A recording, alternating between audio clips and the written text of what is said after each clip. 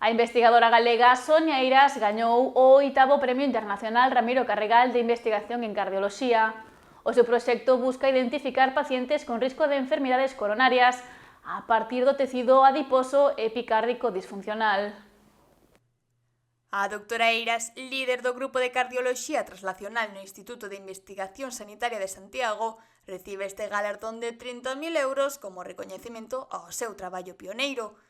O premio será entregado en 2026 en Santiago polo empresario Ramiro Carregal, que co seu mecenazgo segue a impulsar a investigación sanitaria.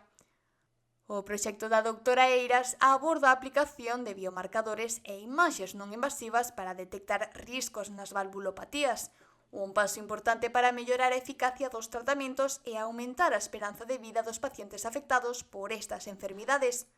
Este avance representa un importante impulso á investigación cardiovascular.